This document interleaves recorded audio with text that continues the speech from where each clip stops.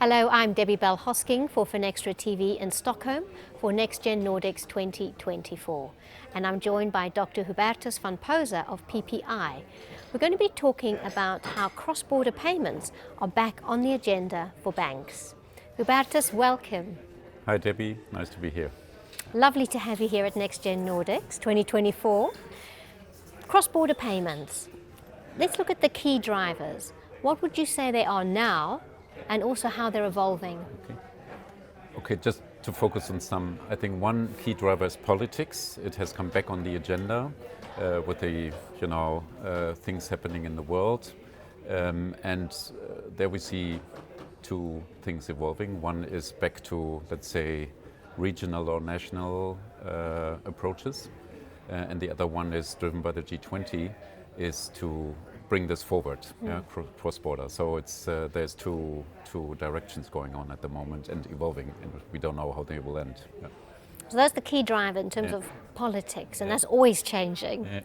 So what would you say are the big challenges that banks are facing in this space? I think one is technology, because most of the banks, being in the business for many years, are dependent on their own legacy systems.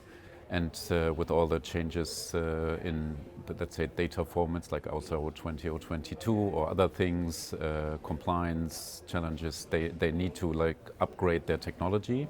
That's one challenge. The other one, I think, is the client side. They need a business case, which is not easy for them because the costs are so high.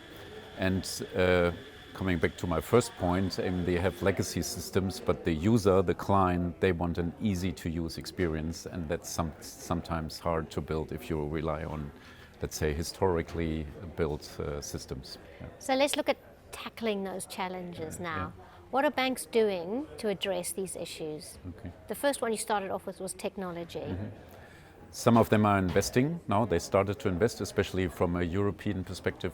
Just to give an example, we have seen the Target 2 migration last year, which has been successful, which has been an ISO migration. And now banks see what they can do out of this.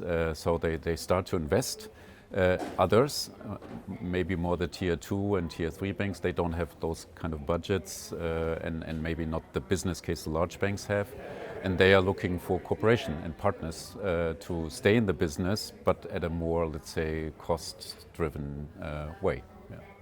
So let's look ahead now to the future. Always hard to predict, yes. Especially when you spoke about those key drivers of politics, and we're talking about the challenges, including technology. Yeah. How do you see the future of cross-border payments?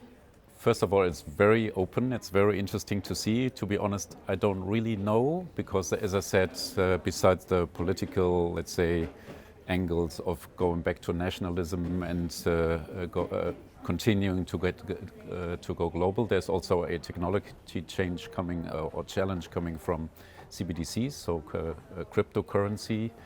So we all don't know what this will do to the cross-border business. I think my expectation is, in a global world, and that will stay, we need more efficient cross-border payments. And I don't know the way that will lead there. Will it be cryptocurrencies or the traditional cross-border banking or alternative providers like Wise, for example? But it will continue. So you say it will continue? Yeah. Thank you very much. And of course, an exciting space to watch with so much happening. Yes, good for us. Hubertus, thank you so much for joining us. Thanks, Debbie.